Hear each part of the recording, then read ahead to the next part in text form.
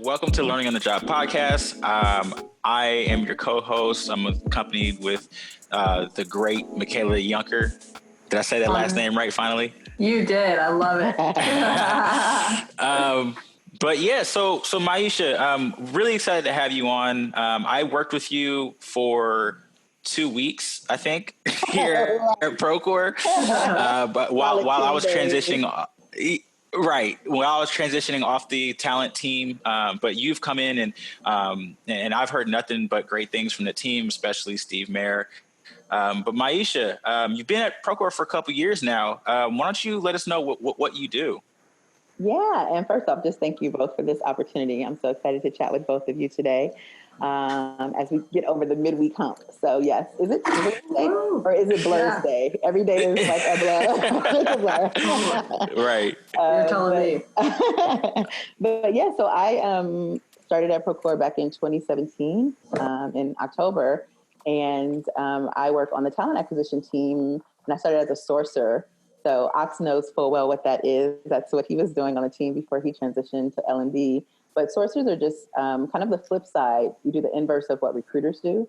So recruiters kind of deal with applicants who want to work for the company and who raise their hands to work at Procore. And then sourcers, we go out and hunt for people who maybe have never heard of Procore and they have a skill set that we're interested in, and we reach out to them proactively. So that's what I've been doing since late 2017. Wow. Yeah, and how common is a sourcer at a company? Yeah. That's a really good question. I have not seen so many sourcers since I started in tech. So I have a feeling when I before I moved to the Bay in 2013 and started working for Google, I hadn't really never heard of sourcing coming from Los Angeles and recruiting for the entertainment industry and within education. But when I got to the Bay, there were 300 people like me at Google, all sourcing. So I was like, oh, this is a thing up here. So I think in technology companies where the competition is stiff, you start to see much more in the way of sourcing. Right. So what is, I guess, the main difference why someone would want to have sourcing versus recruiting? Do you have both? I guess it may depend on the industry. Yeah, that's a great question. I think most companies that have sourcers also have recruiters, and the companies that invest in sourcing teams really use it as a competitive advantage more than anything else, right? To be able to handpick the talent that is coming in. Because when you think about a company like Google, who I think at the time when I was there, maybe 6 or 7 years ago, they were getting like 2 or 3 million applications a year.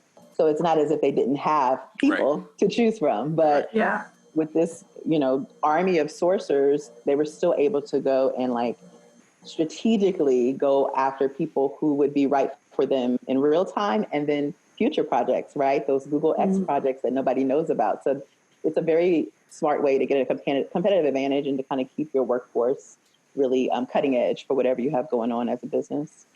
Do you mind giving us a holistic view of a talent recruiting team within a tech company? People hear sourcer, recruiter. I like to, my first year at Procore, I like to ask a lot of people if they remember who their recruiter was, and they often always said the coordinator. One of the coordinators. They didn't really remember who their recruiter was.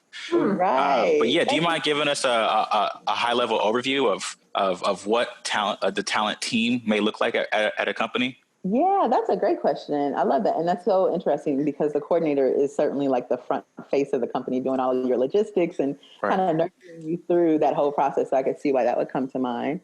But most talent teams would have, I would say, starting with like a recruiting assistant or a talent assistant for the team that's doing like administrative support. Then they would have the coordinators who are doing all of the candidate logistics. And we call our coordinators Candies, candidate experience coordinators, which is really cute. Yeah. And then, walking candidates through that whole process of just getting them from point A to point B.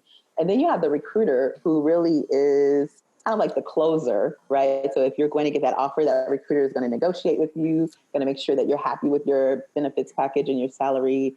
And then they'll kind of guide you through, of course, the interview process as well on site. And then the sourcer, interestingly enough, when I was at LinkedIn, they called them front-end recruiters. So just like you think of software development on the back end and the front end. So the sourcer is your front end recruiter who's, again, going out proactively, looking for people, engaging them, and then handing them off to that recruiter, at like that halfway point. So I think those are the kind of four key players on a talent team that you'll always see, like the assistant coordinator, sourcer, recruiter. And then to Michaela's point, if you don't have a sourcer, you'll definitely have a recruiter who may just be doing both, wearing the recruiter and sourcer hats. So you see that sometimes. Gotcha.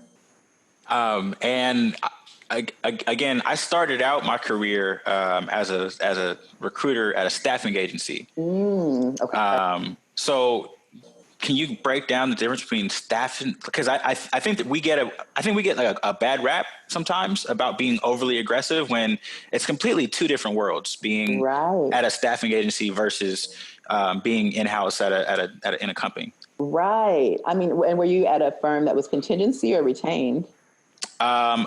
For the viewers at home that don't know the difference between the two of those. Yeah. Right. So, I love that. Yeah. For us lay people. I know, right? So at a contingent search firm, I think like you're saying, Oxum recruiters to get a bad rep because they have to hunt whatever they're going to eat. They don't get paid unless they fill the role with their candidate. So it's a hustle, right? And that's one thing I've never done in my career is contingency recruiter because it's a grind. You got to have the heart of like, a sales kind of almost like an 8 mindset to do For it. sure.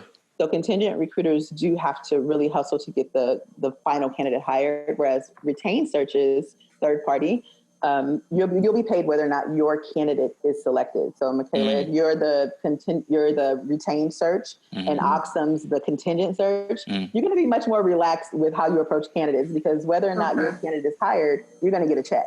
Oxum, on the other hand, if he puts forth 5 people and you put forth one, if none of his 5 get hired and yours does, look how much work he's done. Yeah. And he hasn't been compensated, appropriately. So yeah, it's just a little bit more of a grind when you're contingency. So I think that's why recruiters get a bad rep sometimes because people don't know, like you said, Oxum, the difference between those, and they think every recruiter is just going to like pounce on you. But does that create kind of like this like sink or swim mentality in recruiting when it is like that? Like, is there no maybe it depends at the company that you're at, or like, is there no camaraderie then? Because you're like, shoot, I got to pick the best candidate or I'm not going to get fit. Right. I don't know, Oxum, you were there. Tell us about it. Was it very cutthroat? I was at a contingent company for my 3 years in staffing, and very cutthroat for sure. And it didn't need to be because there's so many other companies that we are fighting. It was funny that often the biggest hurdles that we had were internally rather than the company. We had recruiters who in our database would change the numbers of great candidates, right? We had account managers that didn't want to send certain candidates because they had a better relationship with certain recruiters. And this is at multiple different companies. It's not just at one. Wow. And I came in with the, fresh out of college, just the smile and we can all be friends, right? I went through a lot of growth in my life and actually working with, when I was working with the intern program and when I get a chance to speak to people that are looking to do something with their careers and they don't know what, I often refer them to staffing agency. I think it's a lot like sales. It's like selling, but the only difference is if you look at it right, you are helping someone's life out. But there are people that lose sight on that and try to send somebody from California to Minnesota for a 3-week contract just to get the deal, right? But I think ideally, if you believe that the company that you're trying to staff for is a good company and the person that you're working with is a good person, now those are obviously ideal scenarios. And that's honestly why I fell in love with Procore. When I got the job at Procore to recruit or to source at Procore, that was the first time that I was sure the company that I was trying to get someone to work for was a good place to work. Nice. And that's all the difference. And I mean, you can see night and day a horrible company that doesn't care about their staff versus somewhere that it's a great place. Maybe they don't have the right people yet, but they have the right mindset. Right. And that goes back to your initial question, which is about like in-house versus the third party contingent and retained. And there is sometimes like this tension between in-house recruiters and third-party recruiters, because it's kind of like you're competing, against each other. But I think both types of recruiters have a lot to learn from one another. And in my time at Google, what I saw, and even at LinkedIn and some of the bigger companies, the people who did the best in their sourcing role came from agency because they had that natural grind. So it's an ultimate boot camp. So, I think people who have worked in both a mix of in-house and external recruiting are the sharpest recruiters you'll meet. The hard part was, though, the difference between like sales at a staffing agency versus sales at a selling like software is you have to rely on people, and people aren't always reliable is what I found. That's a nice way to say it, Ox. Yeah, I know. I'm not trying to. Well, okay. So there was the joke that's like, oh, how'd you get into recruiting? Oh, I fell into it like everybody else. How did you? Because there's in college, there's not a lot of majors that are geared towards recruiting. You don't career day. You don't hear a lot about recruiters. I mean, how did you get into recruiting, and how can we fix that stigma? Because I think recruiting can be very advantageous if you don't know what you want to do in your career yet. Oh, yeah, for sure. That's such a great question. And it ties in perfectly to your current role, because I learned about human resources and recruiting in my internship in high school. I think I was a junior at Crenshaw High. Internship in high school? I had an internship in high school. It was a program, and Michaela, called Yes to Jobs. And the motto was, people can't be what they don't know exists. So they took kids from the inner city. Yep, I'm getting chills thinking about it. But they took kids from the inner city and they shipped us to like Beverly Hills, to the West Side where the entertainment companies were. And they introduced us to jobs. And so my first job, the summer of, I think it was 11th grade, was at Castle Rock Entertainment. It's not around anymore, but they used to produce Seinfeld. So I was this 11th grader, working 40 hours a week for $5 an hour, which was minimum wage in California at the time. Wow. And I was updating like the Rolodex for like Rob Reiner and Billy Crystal and all these, like A-list actors from back in the day. This is taking you back. You may have to Google Rolodex, Michaela. Before we had smartphones to hold numbers. I talk about that with customers, so I got you. It's like your Rolodex, don't worry. So that first summer I was a floater, and the following summer I was an HR intern, and then I haven't looked back. So I did like every piece of HR over those years after high school and college, stayed on as an intern with them, and then eventually fell into recruiting. And I was like, this is my personality better than like benefits administration or employee relations, like the other parts of HR that I had been exposed to. So it was just that exposure, that you're giving college students at Procore, when we do internships. It's just that exposure that made all the difference. Now go into that more. I said fit your personality. I don't know how. I've always tried to categorize what would make a good recruiter / sourcer, but can you go into that a little bit more? That's an interesting thing. Like a good recruiter and a good sourcer, and I'm sure there's always exceptions to the rule. But I think at the heart of it, for a good sourcer, you have to be curious. Like you just have to be a naturally inquisitive person if you're going to source well. Right? You have to be the kind that likes puzzles and likes challenges and doesn't give up too soon on a challenge to be a good sourcer. A good recruiter, on the other hand, really needs to have more of the client management. So you kind of have to be an influencer, right? You have to be persuasive, and you have to know how to deal with all different types of people, because you could have 20 open jobs and 20 different hiring managers, 20 different personalities to have to wrangle in the course of a week, right? So you really need a little bit more of that diplomacy and kind of influence, I think, as a recruiter than you do as a sourcer, because sourcers can sometimes play the back seat, and that's what I love about it. You can be in the background. Right. So if you're thinking about a band analogy, my husband said I'm bad at analogies, but I'm going to give you one anyway. So the sourcer's like the drummer, right, and the recruiter is on the mic. They're the feature. They're singing, So you can always play the background as a sourcer, but recruiters are always right up front. So they need the skills that'll propel them there. Okay. Interesting. I'm actually curious, when you were talking about like the differences, what makes a sourcer more like a puzzle oriented, like never give up, versus like someone who just needs to like wrangle personalities? Like what makes that distinctive difference? Yeah, I think it's just how sourcing has evolved over the years. Because, like, when I started as an intern in the 1900s, I'll say it, all the way back then, there was no sourcer job. Like, that job title came later. So I think recruiters were initially wearing so many hats, but as the industries changed, as what work looked like changed, as technology disrupted how people apply for jobs. Like, when I was an intern, you would have mailed your resume. You would have folded it 3 times, put it in an envelope, put a stamp on it. I would have opened it with a letter opener, stamped it, and then typed on a typewriter to tell you, thanks for applying, Michaela. We'll get back to you in 2 weeks if we're going to interview you. So when technology disrupted how that happened, and instead of now 50 resumes for a job, we could get 500 because they were submitted online. Like, so many things change, for recruiters. And so I think that now created this new need for a sourcer who was now more fixated and focused on the front end only. So the sourcers don't do it all. They really just kind of identify. I kind of have an acronym for it. So sourcers are like the big idea. They identify, engage, and assess. So that's all they do, right? So after the big idea, once you've assessed and you say, you know what, Oxen would be good for this role, then you hand Oxen to the recruiter and you let the recruiter handle the rest.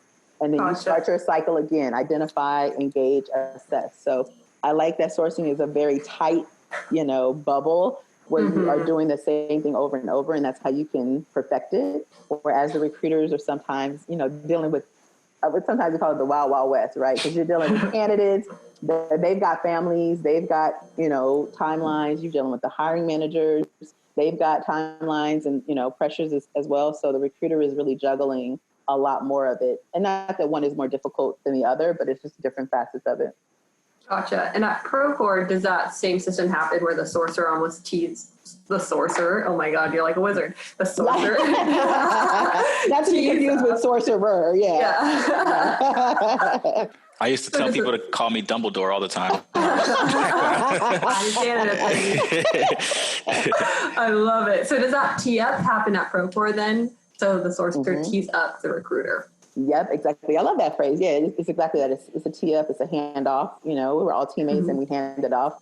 And the unique thing, and I think it was the same when you were on the team too, Ox, like, we don't have enough sourcers to source on every role, right? So it's just select roles that are maybe hard to fill. So unique location or a new market, only certain roles have sourcer attention. There are 3 of us now on the sourcing squad.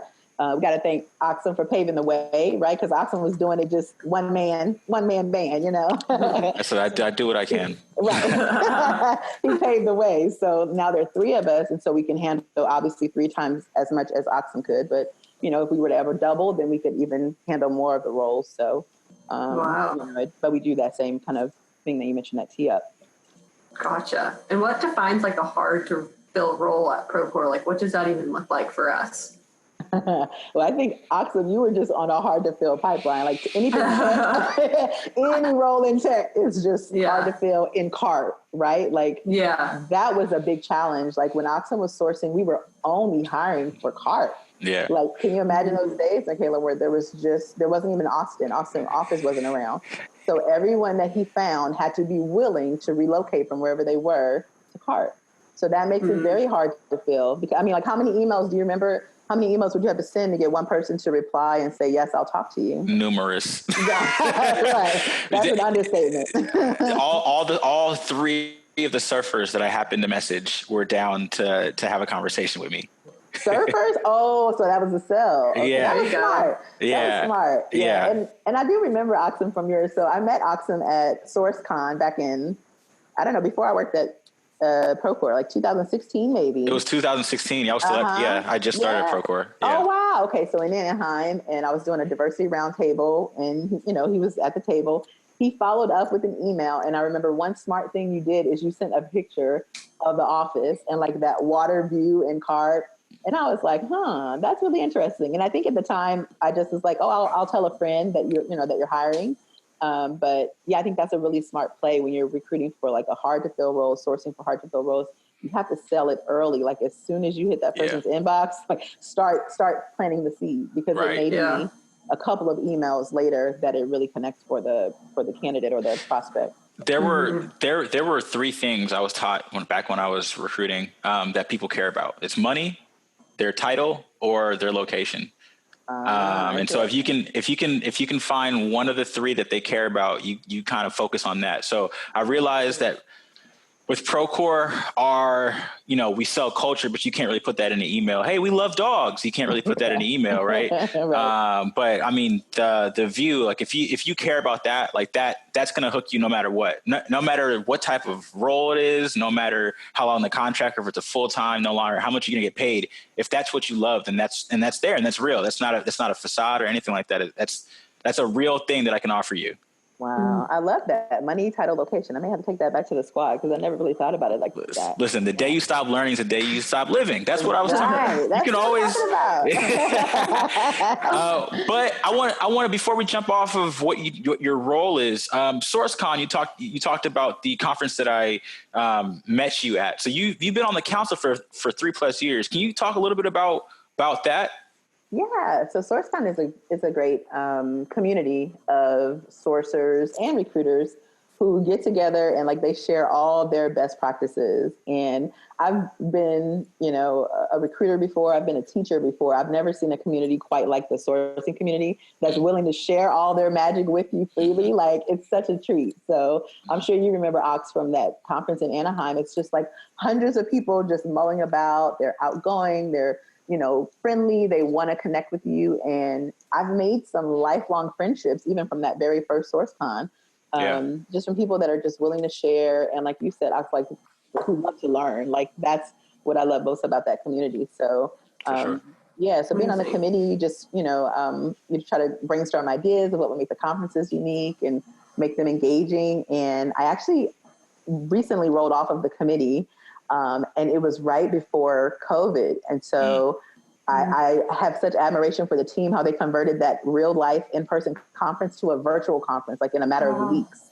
Yeah. And, and still foster that learning and that sharing community now online. So yeah, it's a great community. It's been around over a decade. Well, it's crazy how you teed me up for that transition right there. Hey, you know how we do, wearing blue. Right. So obviously with COVID right now, there's a new reality that a lot of people are having to face right now. A lot of that has to do with social distancing and not being able to work from the office. This is new for a lot of people, not so much for you. You are currently in our Vancouver location, but before we were told to work remote, you had been one of our first hires, I want to say, that was going to be a remote employee. And you've done that in your career successfully. Can you talk about a little bit like how long you've been really working remote for and we kind of go from there? Yeah. So I think on and off, I've been remote probably 10 years out of my about 20 years in recruiting and sourcing.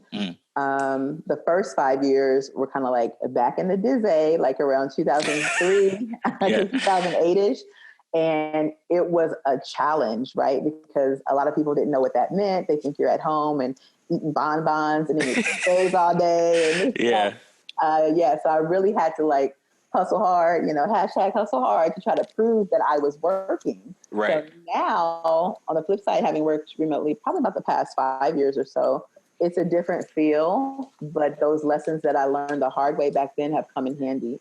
So I'm the kind of remote worker that like makes myself visible. I have a daily Slack channel that I started when I started at Procore, where I let my manager know what I'm working on, like my goal for the day. I'm proactively volunteering that information. I'm staying in front of people. I'm putting one-on-ones on calendars just as like a water cooler chat, I'm learning from all those mistakes I made back in the day when I was working remotely, assuming that people knew I was working, not realizing that I should have been doing more to show it. And so I think those kind of lessons have been valuable now, especially now that we're all back at home, during this really interesting time, in our lives with COVID-19. You talked about those first 5 years were kind of a struggle to find your groove. Again, this is a lot of people's first time working from home. What were some of those pitfalls that you think people should look to avoid that you weren't able to? And how do you identify them in case people at home don't know that they're doing it? Right. How do you know you're doing it wrong? Yeah. Falling off the bike. Yeah. I think one of the things I did to my own detriment was not unplug at the end of the day. Yes. So yeah, it was one of those things where I was like waking up at 7, walking right to the computer, and then work through lunch. You look up at 7 o'clock. I would go out, grab something to eat, and then come back. Not understanding that there's always going to be a new email in your inbox. You can't have inbox zero every day, you know, and you cannot finish everything on your to-do list every day. And I had a tough time having worked, you know, in corporate America since I was an 11th grader, right? Like my work ethic is old school. It's like you have to pay your dues, you know, to get ahead. So I was like just working too hard and not unplugging. And when you do that, to your point, Michaela, you hit the wall, you burn out. And then you're looking around like, why is this not fun anymore? You know, so unplugging is like the number one thing that I've had to learn to do. And it's still hard, to be honest. But, you know, even now coming off of a 5-day staycation and I have over 100 emails, you know, in my inbox, and I'm telling myself, it's okay if you only get through 10 today. Like, prioritize them, get through them, and get through the rest tomorrow. So I think that's one of the biggest things that we can all do for ourselves right now is just step away. Like, Procore will be okay if you have to, you know, take a couple hours off in the middle of your day to tend to your family or to something urgent. Right. And then you come back when you have, you know, the bandwidth to do it and get all caught up. But yeah, just not unplugging was my biggest mistake. And can I assume that the reason why you didn't want to unplug was you were trying to prove that you were working hard to yourself and to everybody else? Exactly. Right. And trying to be available, you know, not wanting too much time to lapse. I don't want them to think I'm not at my desk. So, you know, it's like you're doing more from home now than you were even doing in the office. Like you're in the office, you take an hour lunch with somebody and you weren't worried about who walked past your desk and you weren't there because it was lunch. But when you're remote and they can't see you now, you don't even want to step away for 10 minutes because you're like, what if someone, we didn't even have Slack back then. So I don't know, I was tripping really. It's just like, they would have to email me. But, you know, now we have Slack. So, you know, it's kind of like that feeling where you don't want someone's Slack to age too long. You know, well, they think I'm not here. But yeah, I'm over all of that now. So you have to really make space for yourself and give yourself grace in this time. Because I saw a tweet, I meant to send it to you actually, Ox, but a tweet that said, we're not just working from home. We are working through a pandemic and being told to stay at home. So there's a difference, right? Snap it up. Right. There's a difference, right? Teaching to the choir. So there's a difference. So we have to give ourselves a little bit of grace and not be so hard on ourselves. And Procore has led us in doing that so beautifully. Like I was telling someone about Mindfulness Day. They were like, what company do you work at? Like, I wish we had something like that. The unlimited PTO, I hate telling, like, I feel bad telling people because it's like, we got dogs and kombucha and we can take whenever we want off. Like, I don't know what to tell you. And then you pop your collar, right? And then you I don't know what to tell you while I'm drinking my Procore mug, you know. The way to rub it in. Right. Yeah. Ox, you wear Procore stuff every day. I'm like, like, okay. So to those people that have that mindset, because we have a lot of hardworking people at Procore.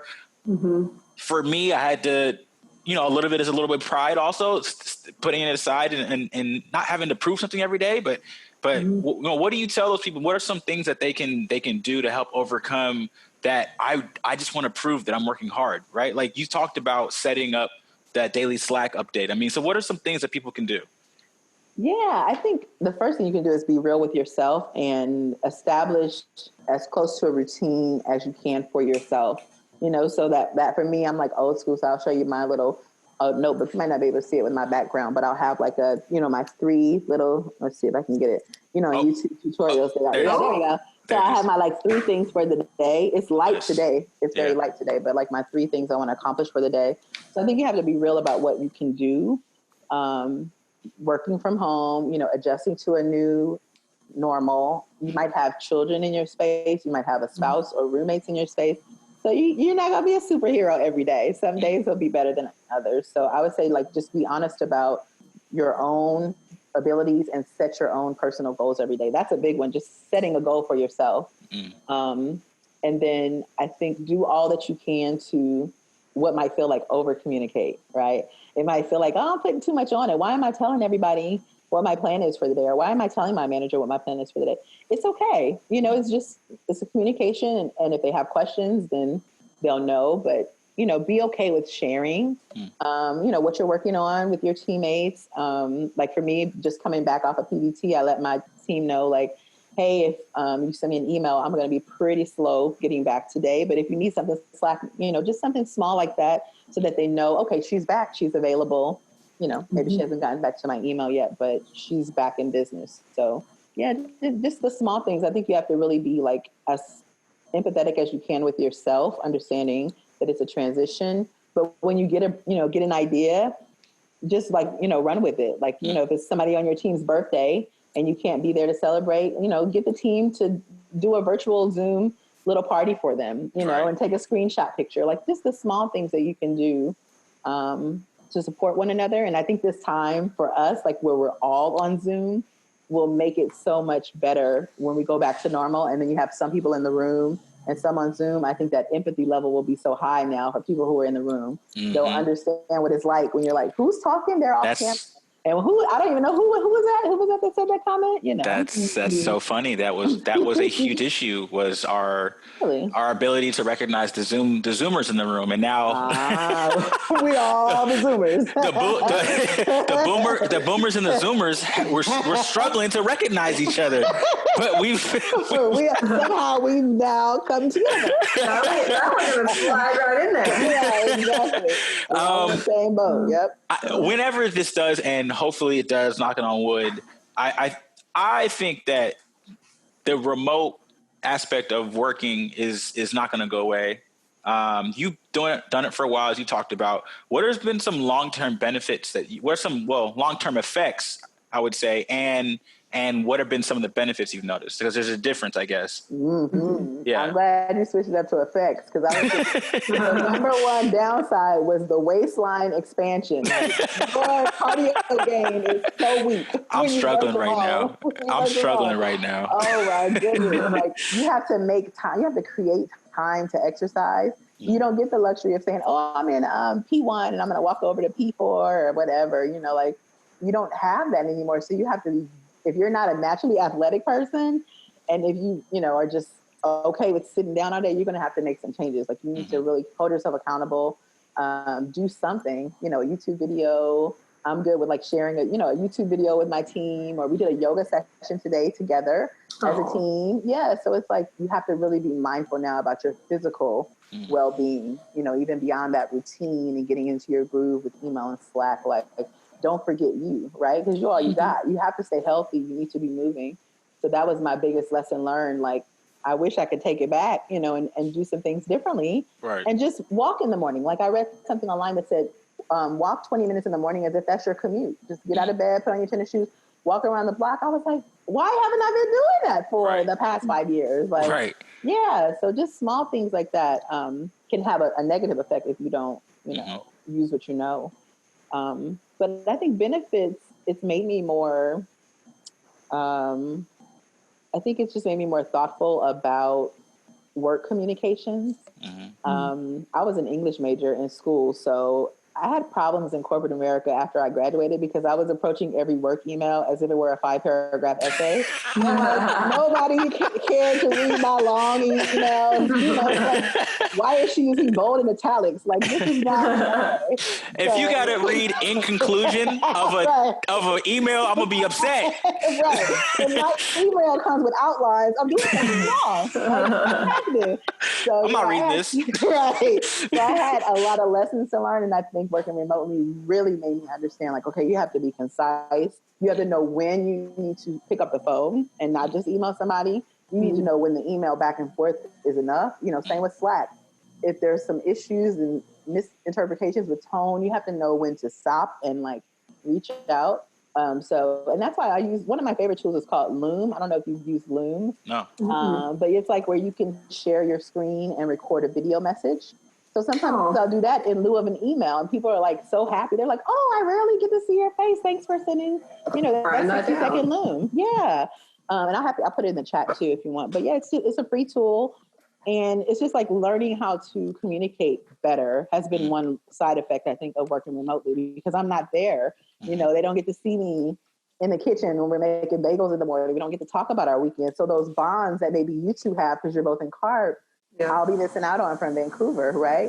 So I now have to go out of the way to check in with you, Ox, and say, well, how was your weekend? And did you do any stand-up? And then I have to know what you like, Michaela, and as a teammate, reach out to you and say, you know, like, how is your life going? What's top of mind for you this week? So it makes you communicate very differently in the long term.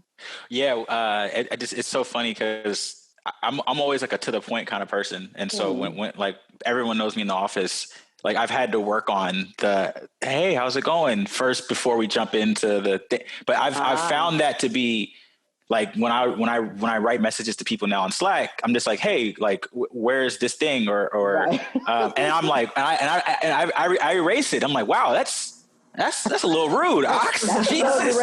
Yeah, right. Yeah. So the communication piece is something that I've had to retool a lot the last few weeks. Even just since you've been remote 24/7. Oh wow. Yeah. That's huge for you to even notice it though. Things that had to get pointed out to me, like back in the day, like, can you be more friendly? Like, can you talk to me about something other than, deliverables, But in person, it's natural, right? Because if I see you in the elevator or we're standing outside of a conference room together, obviously we'll have, established rapport, but that was something I struggled with initially. So I love that you had that epiphany already in a short time. Yeah. I'm a fast learner. You are. Michaela, how are you doing through this? I mean, I think I think you can kind of hit a lot of sentiment because you're recently transitioned new roles.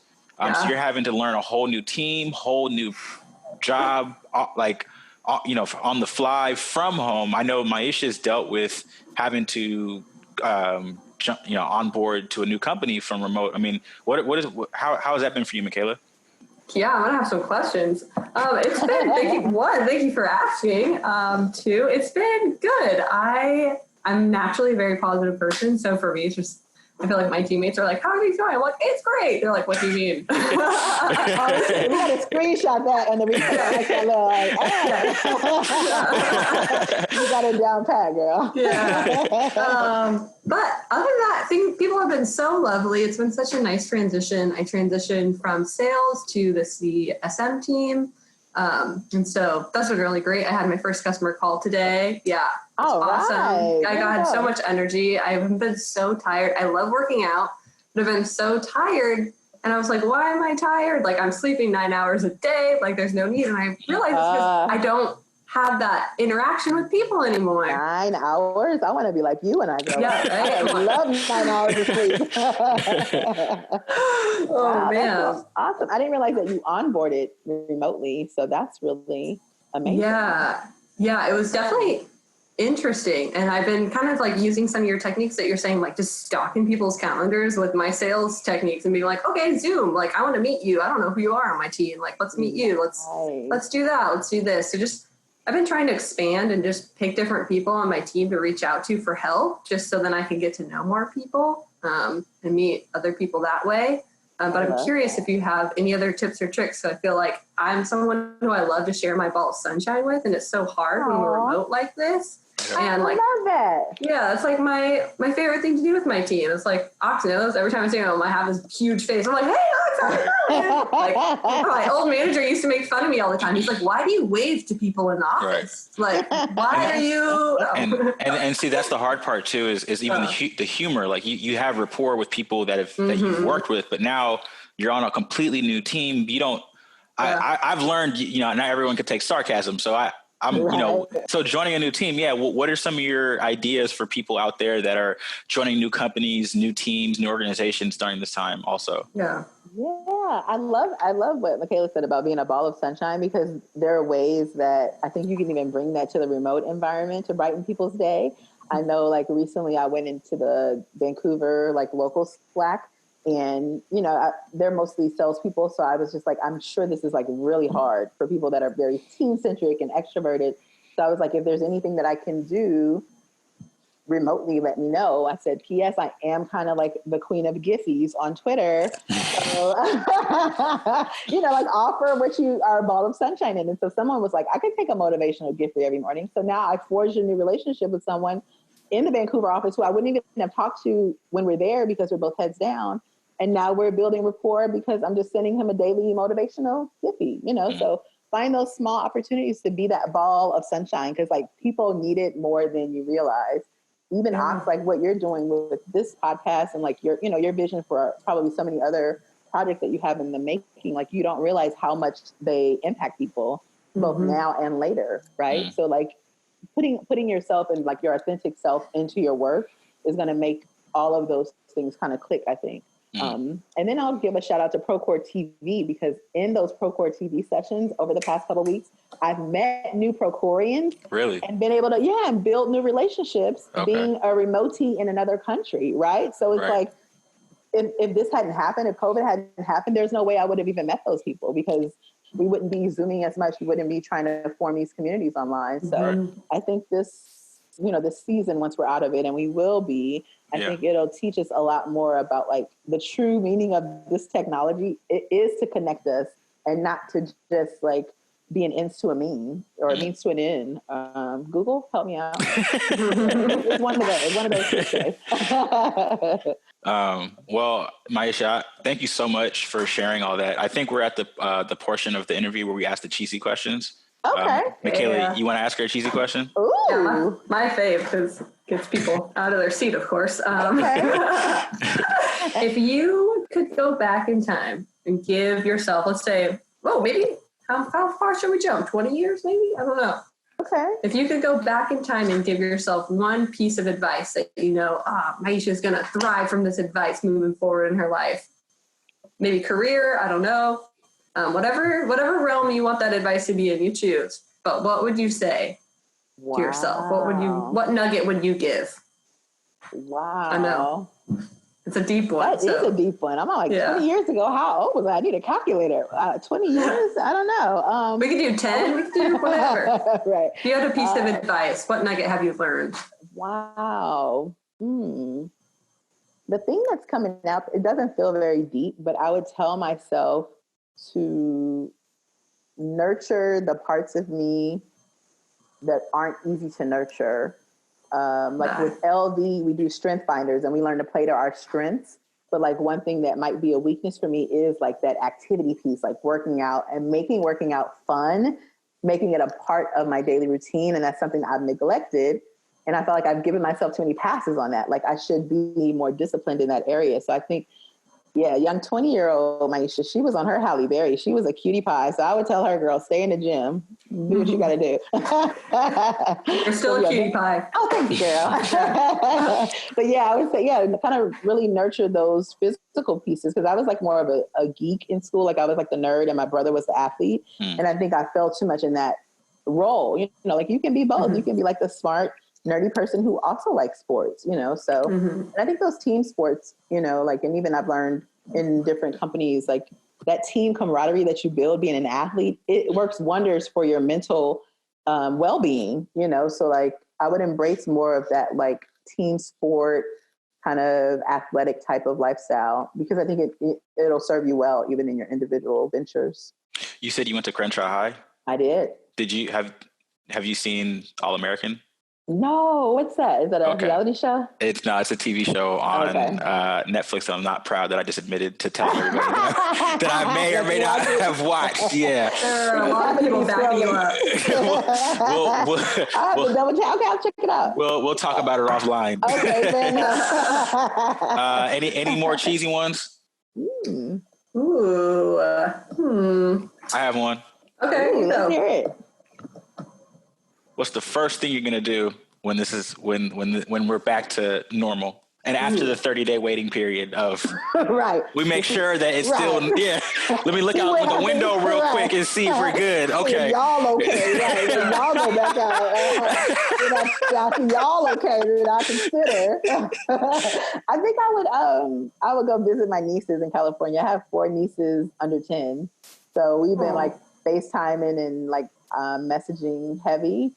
And it's just like they bring so much just joy to my day, and I can be goofy and be my like inner child, inner Maisha, my younger Maisha self with them. So I think I would pay them a visit and surprise them. And roll up with some Chick-fil-A or something and be like, Auntie of the Year. So that's what I would do. What would you guys do? Would you travel or what would you do? Oh yeah, I'm getting out of here. I'm traveling, baby. I would after I'm allowed to touch my face again. Right. I would get a pedicure. Real talk, I never. See. I'm mad because I was just put on to the pedicure life, and then it got taken away from me too soon. Oh, It just, right. psych. Yeah, it got snatched away from me. So your feet are feeling the pain. Right? yeah, I'm not really trying to travel right now because I once we get okay, I don't know if everywhere else will be okay yet. But good point. That is but true. the pedicure, I miss my homegirl. Right. Yeah, at the Hooking you up. Lesso Nails. Yeah. I'll have to come down. Yeah. What about you, Michaela? I'm already planning my next trip, y'all. Where are you going? I'm like, August, we're going. Well, in next, I have some weddings to go to. So actually, I'm going to do a staycation next week. I was supposed to go to a wedding in Georgia. I can't go anymore. So we're just going to kick it with the in-laws, baby. But nice. I'm dead. That's good. Yes, vacation I'll have to do. Yeah. So we'll see. I want to go. My significant other is obsessed with Europe. So we're probably going to go. I'm like, can we go to Eastern Europe or something? Instead. So I think we're going to go to Prague and kind of maybe do Budapest, something over there. You'll get great Instagram photos from that. Oh, trip. Yeah. Oh, yeah. Just gonna say, you know me, I post so much. Or do you not post? I'm the worst with technology. You saw me had to get bleeped in here. Let's not talk about it. When I used to sell, my significant other was like, you sell software, but you don't know how to use it. It's just how? That means you're good, girl. You're good. If you're selling it and can't use it, yes, exactly. Well, hopefully we're all traveling soon and we're surprising our nieces and I'll get my feet worked on. So right. We're gonna need pictures post here. We're gonna need pictures. All right. Well, listen, honestly, thank you so much for your time. This was great. I'm looking forward to sharing this with everybody. But Maisha, again, thank you so much and good luck, everybody.